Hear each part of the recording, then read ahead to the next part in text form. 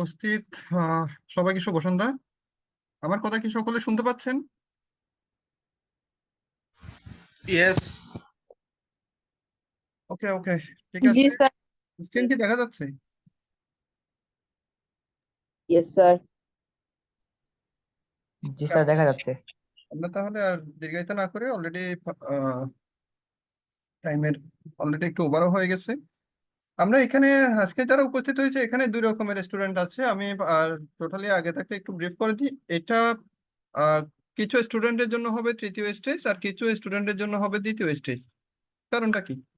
এর আগে মানে হচ্ছে 2023 সালে যারা কোর্স করেছেন, 2023 সালে যারা কোর্স সম্পন্ন করেছিলেন, প্রথম স্টেজ সম্পন্ন করেছিলেন 2023 সালে, ওনাদের জন্য এই কোর্সটা হচ্ছে তৃতীয় স্টেজ। আর যারা 2024-এ সম্পন্ন করেছেন প্রথম স্টেজ, তাদের জন্য এটা দ্বিতীয় স্টেজ। তো 2023 সালের আগ পর্যন্ত মানে 2023 সাল পর্যন্ত এই কোর্সটা আহ এখন যেটা মানে 2024-এ যেটা প্রথম স্টেজ চলতেছে, সেটা কিন্তু দুই ভাগে ভাগ হয়ে প্রথম স্টেজ এবং দ্বিতীয় স্টেজ চলতো। যেটা এখনকার প্রথম স্টেজ যেটা চলতেছে সেটা হচ্ছে এই প্রথম মানে 2023-এর প্রথম এবং দ্বিতীয় স্টেজের সম্মিলিতভাবেই এখন আহ, প্রথম স্টেজ হিসেবে চলে। তো দ্যাটস ওয়াই এটা যেহেতু আমরা 2024-এ আছি, আমরা সেকেন্ড স্টেজ হিসেবে কাউন্ট করব। যারা 23-এর মধ্যে করেছেন তাদের কাছে অলরেডি একবার তো আপনারা সেকেন্ড স্টেজে রেজিস্ট্রেশন করে ফেলেছিলেন এবং সাথে তৃতীয় স্টেজ চতুর্থ স্টেজ মানে স্টেজগুলোর রেজিস্ট্রেশনটা আপনারা করে ফেলেছিলেন। আপনাদের আর এগুলা নিয়ে হেডেক করার কোনো দরকার নেই। তো আজকে আমরা এখানে উপস্থিত হয়েছি সকলেই দ্বিতীয় স্টেজের মানে হচ্ছে রোবোটিক্স প্রোগ্রামার নামের যে স্টেজটা আছে সেটা কমপ্লিট করার জন্য। উপস্থিত সবাইকে স্বাগতম জানাচ্ছি রোবোটিক্স ক্যাম্পের আজকের এই স্টেজে, মানে দ্বিতীয় রোবোটিক্স প্রোগ্রামারের যে স্টেজটা আছে এটাতে সবাইকে স্বাগতম জানাচ্ছি। এখানে যারা উপস্থিত আছেন আশা করি সকলেই প্রথম স্টেজ খুব ভালোভাবে সম্পন্ন করেছেন। অনেকদিন ডিলে ছিল বিভিন্ন ছুটির কারণে এবং আনুষঙ্গিক অনেক বিষয়ের কারণে, বিশেষ করে স্পন্সর জাতীয় একটু সমস্যা ছিল যার কারণে একটু ডিলে হয়েছে। তো আহ, যারা সার্টিফিকেট পেয়েছেন বা পাননি, বা দ্বিতীয় কথা হচ্ছে যারা এখনো প্রথম স্টেজের সম্পূর্ণটাই শেষ করেননি, তারা অতি দ্রুত একটু করে শেষ করে নেন। কারণ কি আমরা প্রথম স্টেজ বা যারা 2023 সালের আগে আছেন প্রথম স্টেজ দ্বিতীয় স্টেজ, এইগুলোর অ্যাসাইনমেন্ট গুলো যারা কমপ্লিট করেননি তাদের জন্য এই স্টেজটা অনেক বেশি কঠিন হবে। আর আপনারা আহ, যদি কমপ্লিট না করে থাকেন মনে হয় যে কি এর চাইতে সহজ আর কোনো রকমের স্টেজ নেই। আমাদের যতগুলো স্টেজ আছে তার মধ্যে আমরা যেহেতু এখানে প্রথম স্টেজেরও ক্লাস করেছি, প্রথম স্টেজের মধ্যে দেখুন দ্বিতীয় নাম্বার যে ক্লাসটা ছিল, আইডিয়া ডেভেলপমেন্টের যে ক্লাসটা ছিল, সেটাই ছিল হচ্ছে সর্বোচ্চ পরিমাণে কষ্ট। আইডিয়া বের করে নিয়ে আসতে হতো। তো এই স্টেজে রোবোটিক্স প্রোগ্রামারের এই স্টেজেও ঠিক সেম পরিমাণ কষ্টটাই হবে। মানে হচ্ছে আমাদের দ্বিতীয় স্টেজটা অল টাইমেই কষ্টকর হয়। তো কষ্টকর হওয়ার মেনলি কারণটা হচ্ছে এটা হচ্ছে সম্পূর্ণটাই প্রোগ্রামিং ডিপেন্ডেন্ট। এখানে মেটেরিয়ালস এর সংখ্যাটা কম, কিন্তু এই মেটেরিয়ালস এর উপর আমরা সর্বোচ্চ পরিমাণে প্রোগ্রামিংটা মানে প্রোগ্রামিং এর যে নলেজটা আছে সেটা অ্যাপ্লাই করি। তো আমরা এই স্টেজের মধ্যে আসলে কোন কোন টপিকের উপরে ফোকাস করব সেটা একটু আপনাদেরকে জানিয়ে দেওয়ার বিষয় আছে। আমরা মেইনলি শুরু করব হচ্ছে আহ, একটু আমি নোটপ্যাডে যাই। হ্যাঁ, আশা করি দেখতে পাচ্ছেন নোটপ্যাড। আমাদের 1 নাম্বার ক্লাস যেটা থাকে সেই ক্লাসটা হচ্ছে সম্পূর্ণটাই পাওয়ার সোর্সের উপরে, পাওয়ার সোর্স এবং পাওয়ার ব্যাংক থিওরি। আমরা সকলেই এখানে চার্জার ইউজ করেছিলাম। আমাদের যে প্রজেক্ট গুলো আছে সেগুলো ডেভেলপ করার জন্য চার্জার ইউজ করেছিলাম। এটা আমাদের একটা পাওয়ার সোর্স। এটা ছাড়াও আরো কিছু পাওয়ার সোর্স থাকতে পারে, যেমন হচ্ছে সোলারটাও একটা পাওয়ার সোর্স, জেনারেটর একটা পাওয়ার সোর্স, ব্যাটারি একটা পাওয়ার সোর্স। আবার দেখা যাচ্ছে যে কি ব্যাটারি থেকে যে ভোল্টেজটা পাই সেটা মাত্র 3.7 ভোল্টের। তো পাওয়ার ব্যাংক থিওরিটা কি, যে এই 3.7 ভোল্টের যে পাওয়ার সোর্সটা আছে সেই সোর্সটা যেন আমরা 5 ভোল্টে কনভার্ট করে নিতে পারি, সেটা হচ্ছে পাওয়ার ব্যাংকের থিওরি। এটা পুরোটাই থিওরিটিক্যাল। পাওয়ার সোর্স এবং পাওয়ার ব্যাংকের উপরে আমাদের মূলত প্রথম ক্লাসটা হবে। এরপরে দ্বিতীয় ক্লাস যেটা আছে সেই দ্বিতীয় ক্লাসটা সম্পূর্ণটাই ইলেকট্রনিক্স বেস। তো ইলেকট্রনিক্স এর উপর বেস করে দ্বিতীয় ক্লাসটা আসলে কি হবে, দ্বিতীয় ক্লাসটা সম্পূর্ণটাই হচ্ছে রেজিস্টর, ডায়োড এবং এলইডি। আমরা কেউ কেউ হয়তো বা জানি রেজিস্টর কি, কেউ কেউ জানি ডায়োড কি এবং এলইডি কি। তবে আমরা একটুকু মনে করে নিব যে আপনারা রেজিস্টর, ডায়োড, এলইডি সম্বন্ধে কোনো কিছুই জানেন না। একদম বেসিক, বেসিক বলতে একদম ক্ষুদ্র জিনিস। যেমন আপনারা সবাই এখানে এলইডি ল্যাম্প ইউজ করেছেন। এলইডি ল্যাম্পটা তৈরি করার ক্ষেত্রে কিন্তু এলইডি এবং রেজিস্টর ম্যান্ডেটরি লাগছিল। তো এর সাথে আবার ডায়োডের কিছু কম্বিনেশন আছে। তো এই আহ, তিনটা এখানে কম্পোনেন্ট, এটা সমন্বয়ে আমরা আলাদা কিছু সার্কিট ডেভেলপমেন্টের কাজ শিখবো। সেটা হচ্ছে আমরা যে চার্জার ল্যাম্প ইউজ করি, বাড়িতে যে চার্জার লাইট ইউজ করি, সেটা কিভাবে তৈরি করা যায়। যেমন হচ্ছে এই যে পাওয়ার ব্যাংক তৈরি করার ক্ষেত্রে আমাদের তো এক্সট্রা কি কি লাগতেছে, ব্যাটারি লাগতেছে, তারপরে পাওয়ার ব্যাংকের যে মডিউল গুলো আছে সেগুলো চার্জিং এবং ডিসচার্জিং দুটো একসাথে কিন্তু কম্বাইন করে। তো একটা এলইডি জ্বালানোর ক্ষেত্রে রেজিস্টরের ভূমিকা কি, আবার এই যে পাওয়ার চার্জিং এর ক্ষেত্রে ডায়োডের ভূমিকা কি, সম্পূর্ণটাই আমরা দ্বিতীয় ক্লাসের মধ্যে শিখতে পারবো। তো এরপরে তৃতীয় ক্লাসে আসলে আমরা কোনটা শিখবো? তৃতীয় ক্লাসে হচ্ছে আমরা সবাই এখানে সেন্সর বিষয়ে কিছু কিছু কাজ জানতে পারছি। সেন্সর থেকে যে এম্পিয়ারটা আসে এবং যে ভোল্টেজটা আসে সেটা কিন্তু অনেক কম। তো এটাকে এমপ্লিফাইং করার কাজে, মানে হচ্ছে বিবর্ধন করার কাজে আমরা একটা ডিভাইস ইউজ করি, সেটার নাম হচ্ছে ট্রানজিস্টর। এই ট্রানজিস্টরের নামটা যারা হয়তো বা এখানে ইলেকট্রনিক্স নিয়ে পড়াশোনা করতেছেন তাদের কাছে এই ট্রানজিস্টরটা আসলে আহ, একটু কঠিনও মনে হতে পারে। যেমন আমার আমার কাছেও, নিজের কাছেও আসলে কঠিন মনে হতো যখন আমি প্রথম প্রথম এটার কাজটা ধরছিলাম। কিন্তু ডিপেন্ড করতেছে সম্পূর্ণটাই আমি এই ট্রানজিস্টরটা কিভাবে শিখতেছি, কিভাবে অ্যাপ্লাই করতেছি। আপনারা নিজেরাও দেখলে বুঝবেন যে ট্রানজিস্টরটার নামে কঠিন কিন্তু কাজে অতটা কঠিন না। ওকে। তো এই যে ডায়োড ডায়োড রেজিস্টর এইগুলোর কাজটা যদি আমরা থিওরি যেটা আছে থিওরিটা যদি আমি ভালো মতো সম্পন্ন করতে পারি, তাহলে আমরা আমাদের যে ইজিয়ার টু ডেভেলপমেন্ট বোর্ডটা আছে সেটা তৈরির কাজে সবচেয়ে বড় যেটা কম্পোনেন্ট আছে, রিলে, এই রিলের অপারেশনের কাজটা আমরা ভালো মতো রপ্ত করতে পারবো। খেয়াল করে দেখুন, আপনারা যদি পাওয়ার সিস্টেমটা সম্বন্ধে ভালো মতো না জানেন, রেজিস্টর ডায়োড ট্রানজিস্টর সম্বন্ধে ভালো মতো না জানেন, রিলের অপারেশনে ঢুকে কোনো লাভ নেই। কারণ একটা রিলেকে অপারেট করার জন্য আমার থেকে অবশ্যই ট্রানজিস্টরের দরকার হবে, রেজিস্টরের দরকার হবে, ডায়োডেরও দরকার হবে।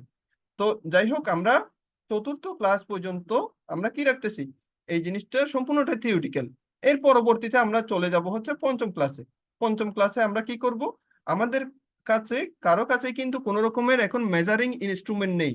মেজারিং ইনস্ট্রুমেন্ট বলতে যে আহ, আমি একটা ব্যাটারি নিলাম, ব্যাটারির ভোল্টেজটা কত সেটা কিন্তু আমি জানি না। এই ভোল্টেজটা মেজার করার জন্য ভোল্টেজ মিটার লাগে, ভোল্ট মিটার লাগে। তো ভোল্ট মিটারটা হচ্ছে একটা মেজারিং ইনস্ট্রুমেন্ট। তারপরে দেখা যাচ্ছে আমি একটা তার নিলাম, তারটা আসলে ভালো নাকি নষ্ট সেটা দেখার জন্য একটা কন্টিনিউটি টেস্টারের দরকার হয়। তো এই যে কন্টিনিউটি টেস্টার এবং ভোল্টেজ মেজারমেন্টের জন্য যে টেস্টার গুলো আছে সেগুলো আমরা নিজেরাই পঞ্চম ক্লাসে তৈরি করব, ছোটখাটো। আমাদের মিটার গুলা তো বাজারে কিনতে পাওয়া যায়, মোটামুটি দেখা যাচ্ছে 1 থেকে 1,500 টাকা দামের মধ্যে ভালো মতো একটা মিটার পাওয়া যায়। কিন্তু আমরা নিজেরাই, আমাদের যেহেতু এই স্টেজের মধ্যে দুইটা কাজ ভালো মতো জানতে হবে, একটা হচ্ছে ভোল্টেজ মেজারমেন্ট এবং কন্টিনিউটি টেস্টিং, সেক্ষেত্রে আমরা নিজেরাই নিজেদের ডিভাইস গুলো তৈরি করে নিব, সেটা হচ্ছে পঞ্চম ক্লাসে। এই যে এখানে যে শব্দগুলো উচ্চারণ করতেছি সেগুলো হয়তো বা আপনাদের কাছে একটু কঠিন মনে হতে পারে, কিন্তু বাস্তবিক ফিল্ডে আসলে এতটা কঠিনও না। ক্লাসে যখন ঢুকবেন সেক্ষেত্রে বুঝতে পারবেন। তো এর পরবর্তীতে এই ক্লাসগুলো শেষ করার পরবর্তীতে আমরা ষষ্ঠ ক্লাস থেকে ঢুকবো হচ্ছে আরডুইনো ডেভেলপমেন্ট বোর্ড নিয়ে কাজে ঢুকবো। তো আরডুইনো ডেভেলপমেন্ট বোর্ড সেটা আসলে কোথায় পাওয়া যায়, কি রকম, এটা দিয়ে আসলে কি কি কাজ করা যায় সেটার উপরে টোটালি ব্রিফলি এখানে ব্রিফ দিবে হচ্ছে আমাদের আহ ঢাকা প্রকৌশল ও প্রযুক্তি বিশ্ববিদ্যালয়ের রোবোটিক্স ক্লাবের সেক্রেটারি আছেন, উনি আপনাদের ষষ্ঠ ক্লাস থেকে নিবেন আর্ডুনোর উপরে এবং প্রোগ্রামিং এর উপরে সম্পূর্ণটাই। ক্লাসে ষষ্ঠ ক্লাস থেকে উনি রেগুলার ক্লাস নেবেন। আর্ডুনো ডেভেলপমেন্ট বোর্ডের পরিচিতি, সফটওয়্যার এবং বোর্ড ইনস্টলেশন, এলইডি ব্লিঙ্কিং এর প্রথম প্রজেক্টটাই ষষ্ঠ ক্লাসের মাধ্যমে সম্পন্ন হবে। এরপরে যেটা আছে সেটা হচ্ছে timer base multiple load controlling. আমরা এইখানে আমাদের যে ইজিকম মিনি দিয়ে বা সুইচ বোর্ড দিয়ে আমরা 3টা বা 4টা লোড কন্ট্রোল করেছিলাম। কোনো একটা প্রথম স্টেজের কোনো একটা প্রথম স্টেজ বা দ্বিতীয় স্টেজের যেটাই হোক, আমরা প্রথম স্টেজে বলি। তো প্রথম স্টেজের যে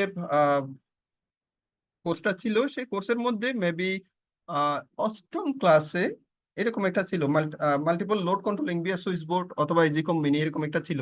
বাট আমরা এখন সেটা প্রোগ্রামিং এর মাধ্যমে কন্ট্রোল করব, যে 10 মিনিট এটা চলবে, 10 সেকেন্ড বাতি জ্বলবে, 10 সেকেন্ড বাজার বাজবে, ঠিক এরকম টাইমার বেস। তো এটার মাধ্যমে টাইমার কিভাবে কন্ট্রোল করতে হয়, একটা টাইমার দিয়ে কিভাবে একটা টাইম মেশিন বা আমরা যেটাকে বলি যে কি স্টপ ওয়াচ কিভাবে তৈরি করতে হয়, সেই জিনিসগুলো আমরা আশা করি এই সপ্তম ক্লাসের মধ্যে জানতে পারবো। এর পরের যে সেকশনটা আছে সেটা হচ্ছে সিরিয়াল মনিটর এবং রিমোট কন্ট্রোলিং। আপনাদের আশা করি এখানে যারা উপস্থিত আছেন একটু আমাকে হ্যান্ড রাইজ করে জানাবেন তো আপনাদের এখানে কতজনের আহ এখন কতজনের কাছে এই যে টিভির রিমোটটা আছে, একটু হ্যান্ড রাইজ করে জানাবেন তো।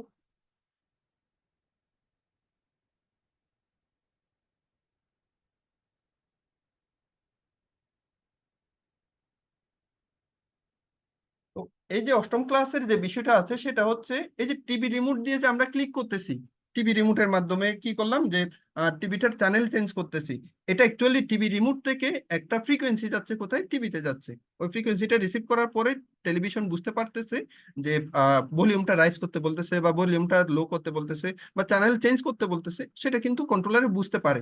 তো রিমোট থেকে যে সিগন্যালটা আসে সেই সিগন্যালের কোডটা কত সেটা আমরা সিরিয়াল মনিটরে দেখতে পারবো।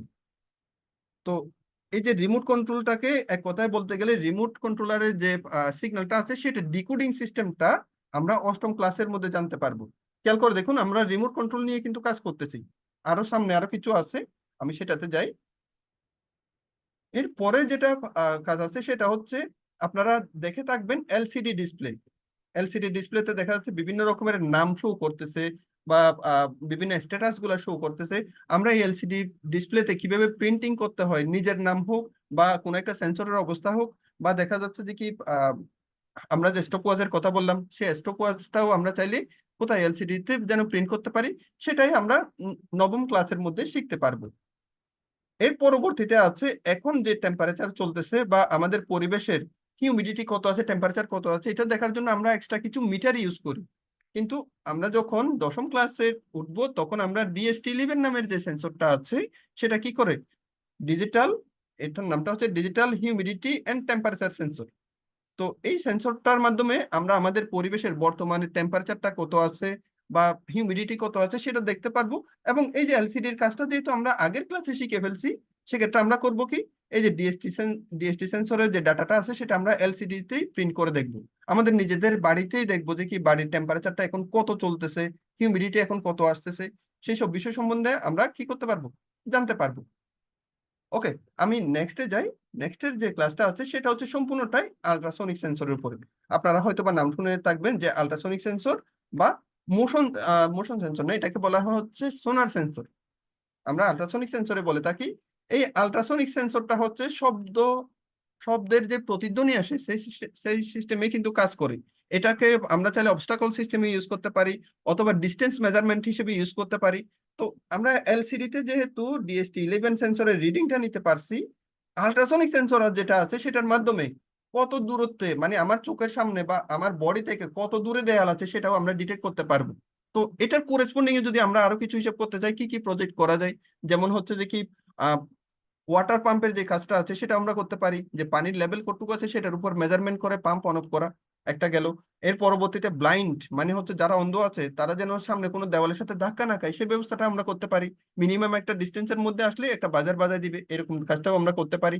তো আরো অনেকগুলা কাজ আছে, কিন্তু আল্ট্রাসনিক সেন্সরকে ডিকোড করা মানে সেখান থেকে ডাটা নেওয়ার কাজটা আমাদের শিখতে হবে, যেটা আমরা সম্পূর্ণটাই কি করব 11তম ক্লাসে শিখবো। এবং একটা ডিস্টেন্স মেজারমেন্টের কি তৈরি করব, একটা মেজারিং ইনস্ট্রুমেন্ট তৈরি করব। তো কিরকম, যে আমার একটা ডিভাইস থাকবে, সেই ডিভাইস থেকে দেয়ালের দূরত্বটা কত আমি কোন রকমের স্টিল ট্যাপ ছাড়াই, কোন রকমের ফিতা ছাড়াই কি করতে পারবো, পরিমাপ করতে পারবো। তো এর পরবর্তীতে আসতেছে আমরা গিয়ার মোটর নিয়ে কাজ করছিলাম। গত আহ গত স্টেজে আমরা গিয়ার মোটর নিয়ে কাজ করছিলাম, এই বেচে বা আহ এই স্টেজে আমরা সার্ভো মোটর নিয়ে কাজ করব। সার্ভো মোটরটা অ্যাকচুয়ালি কি করে, সার্ভো মোটরটা আমরা যে রোবট গুলা দেখি, রোবট গুলা যে হাত পা নাড়াচাড়া করতেছে, মানুষও যে হাঁটে, আমি যে হাত পা নাড়াচাড়া করতেছি একটা নির্দিষ্ট অ্যাঙ্গেলেই কিন্তু নড়াচাড়া করতেছি। তো কোনো একটা বস্তুকে যখন আমি তুলি অ্যাকচুয়ালি আমি আমার আহ, যে বডির যে জয়েন্ট গুলো আছে সেই জয়েন্টটাকে কি করতেছে, একটু অ্যাঙ্গেল চেঞ্জ করতেছে অ্যাকচুয়ালি।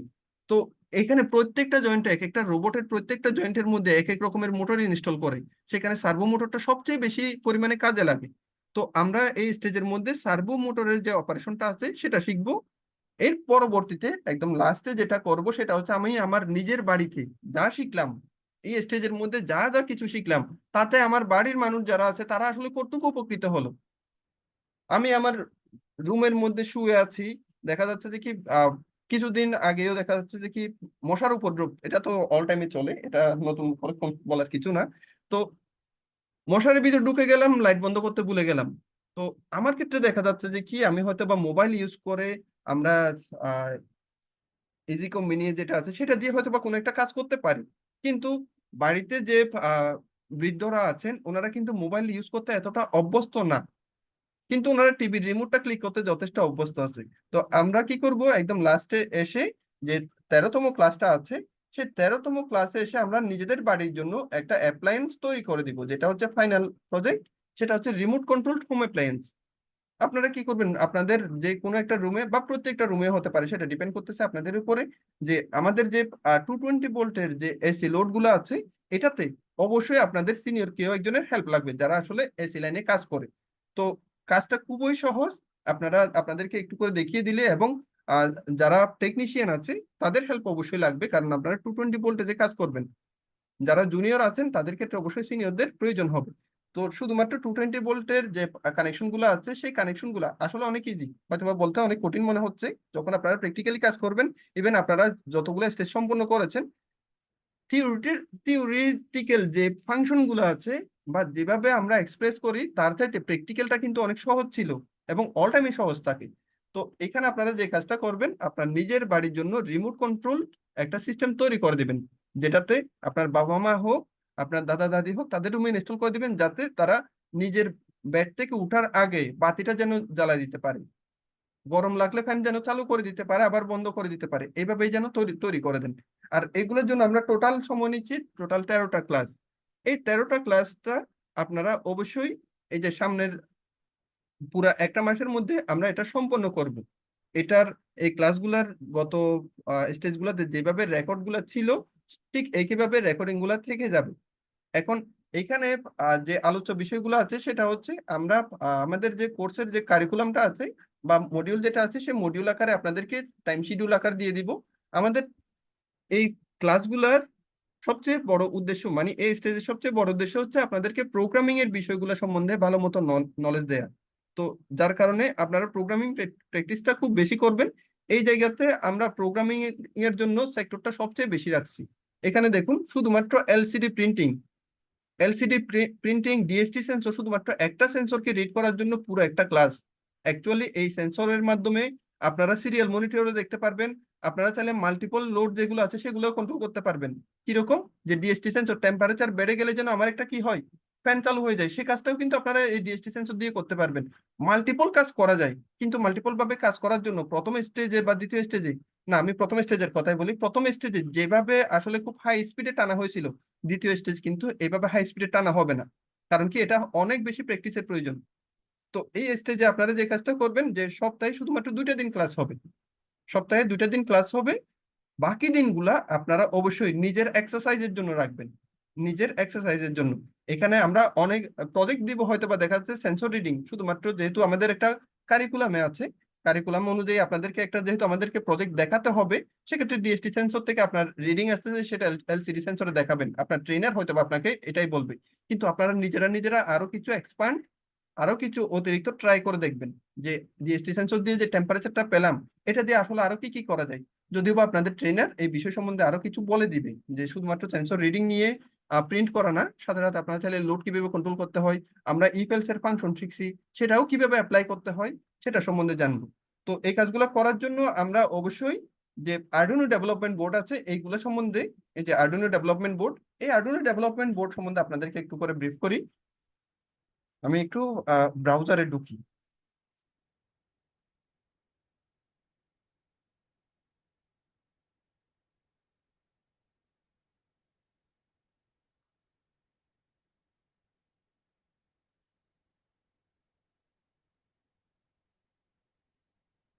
আর্ডুইনো, আমরা যদি আর্ডুইনো সার্চ দিই, দেখুন এরকমের কিছু বোর্ড আসতেছে।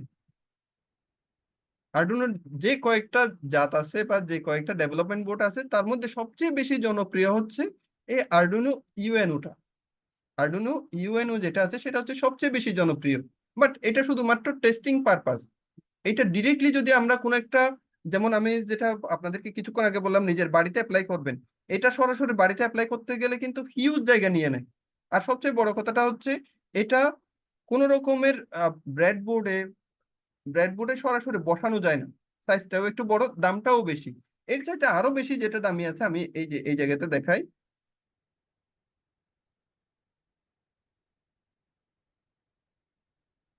এখানে সবচেয়ে যেটা কম দামি আছে সেটা হচ্ছে এই উপরেরটা, যেটাকে বলা হয় আরডুইনো ন্যানো। এর পরবর্তীতে আরডুইনো ইউএনও আছে, এরপরে মেগা আছে। ডিপেন্ড করতেছে আমার কত বেশি পিন লাগতেছে সেটার উপরে। আরডুইনো ইউএনওর যে আইসি ইউজ করা হয়েছে বা যে ফাংশনটা আছে, ঠিক সেম ফাংশনটা হচ্ছে আরডুইনো ন্যানো। তো কিন্তু দামের দিক দিয়ে যদি আমরা হিসেব করতে চাই, সেক্ষেত্রে আমাদেরকে অবশ্যই আরডুইনো ন্যানোটাকেই প্রেফার করতে হয়। কারণ এইকেই কাজ কাজ একেই, কিন্তু দামটা একটু করে ভিন্ন। কারণ কি, আরডুইনো ইউএনও যেটা আছে সেটা সাইজটা বড়, ন্যানো সাইজটা ছোট। আরডুইনো ইউএনও তে আইসি ইউজ করা হয়েছে যেটা ট্রু হোল আইসি, আর এখানে ন্যানোতে যেটা ইউজ করা হয়েছে সেটা হচ্ছে এসএমটি আইসি। দামটা কম, প্রোডাকশন কস্ট কম, যার কারণে এটার মার্কেট প্রাইসটাও কম। তো আমরা সেই জন্য সেকেন্ড স্টেজের ক্ষেত্রে শুধুমাত্র, যেহেতু আমরা প্রোগ্রামিংটাও প্র্যাকটিস করব, প্লাস আমাদের পরবর্তীতে যখন রোবট ডেভেলপমেন্ট আসবে, রোবট ডেভেলপমেন্টে আমাদের এটাই মাথায় রাখতে হয় যে আমার রোবটের সাইজ, কন্ট্রোলার গুলোর সাইজ যেন ছোট ছোট হয়, একটু সাইজে যেন ছোট হয়, কম্প্যাক্টেবল হয়। তো এখন আরডুইনো যদি আমরা এই স্টেজে আরডুইনো ইউএনওটা ইউজ করি, তাহলে দেখা যাচ্ছে পরের স্টেজে, মানে হচ্ছে থার্ড স্টেজে রোবট ডেভেলপমেন্টে গিয়ে আমাদেরকে ন্যানো অবশ্যই কিনতে হয়। তো যার কারণে আমরা এই স্টেজেও ন্যানোটা কিনবো, পরের স্টেজে যেন কিনতে না হয়। ওকে। তো এখানে যে যে সকল মডিউল গুলা লাগবে সেগুলোর লিস্ট সহকারে, কোথায় কোথায় পাওয়া যাবে সেগুলো সহকারে আমরা আপনাদেরকে প্রদান করতে পারবো। ইভেন আপনারা যদি এখানে যারা আছেন, যারা উপস্থিত আছেন, তাদের মধ্যে যদি কেউ এরকমও চাই যে কি না আমরা একটু ভলান্টিয়ার হিসেবে কাজ করব, এবং আমাদের এখানে যারা মেটেরিয়ালস গুলো দরকার, সেগুলো আমরা সকলেই একসাথেই বাজার থেকে কিনবো, কয়েকজনে যদি ভলান্টিয়ার হিসেবে দায়িত্ব নেন, সেটা আমাদের জন্য সবচেয়ে বেশি ভালো হয়। আমাদের এই কাজগুলাতে সবচেয়ে বেশি পেইনফুল কাজ বলতে পারি সেটা হচ্ছে মেটেরিয়াল সোর্সিং এর কাজটা। তো সবাই মিলে যখন একসাথে জিনিসগুলো কিনবেন, তখন দেখা যাচ্ছে এগুলোর দামেও একটু কম আসতে পারে। তো এই কাজটা করার জন্য আপনারা নিজেরাও চাইলে এখানে ভলান্টিয়ার হিসেবে কাজ করতে পারেন, যে আপনারা নিজেরাই সবার কাছ থেকে টাকা তুলে সবার কাছে জিনিসগুলো পৌঁছায় দিবেন, সেই দায়িত্বটা নেয়া। তো যাই হোক, আমরা আপনাদেরকে কোর্সের যে আউটলাইনটা আছে সেই আউটলাইনটা সম্পূর্ণটাই এই যে এখানে যে আউটলাইনটা দেখিয়েছি, এই পুরাটা টপিকের উপর ডিপেন্ডেন্ট। এবং সপ্তাহে ক্লাস হবে 2 দিন। প্রথম ক্লাসগুলা মানে হচ্ছে পঞ্চম ক্লাস পর্যন্ত আমি সুকান্ত শর্মা শিপলব নিব। এর পরবর্তীতে ষষ্ঠ থেকে 13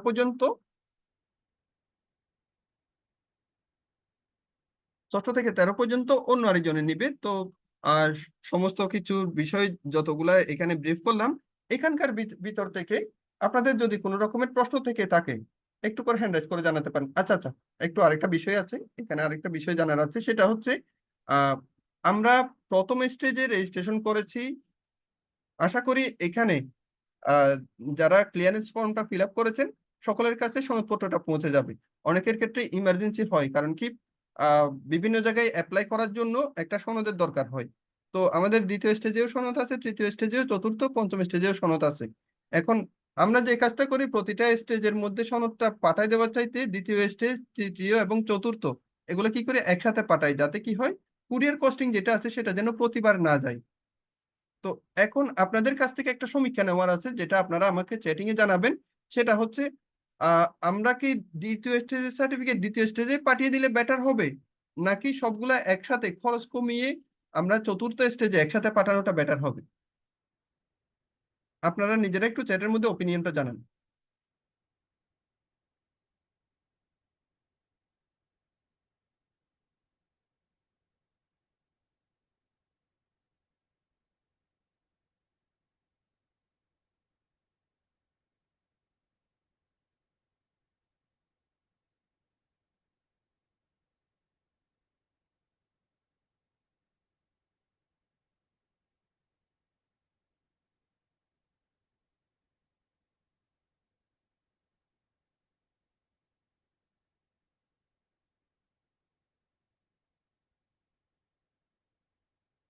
এখানে আহ তৃতীয় স্টেজ পর্যন্ত করবে এরকম স্টুডেন্ট আছে, যারা হচ্ছে স্কুল লেভেলের স্টুডেন্ট, তারা তৃতীয় স্টেজ পর্যন্ত করবে।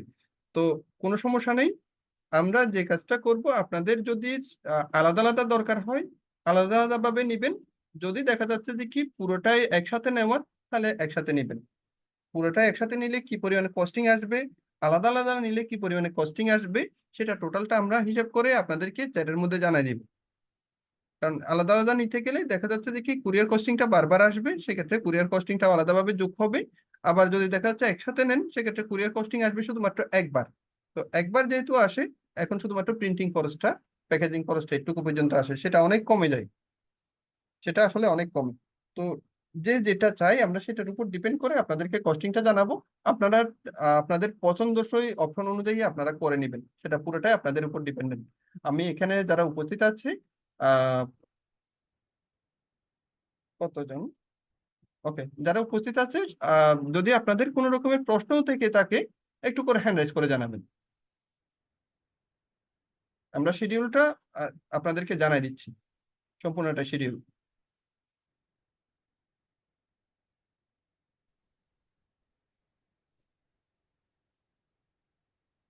আনফাল, আনমিউট করুন।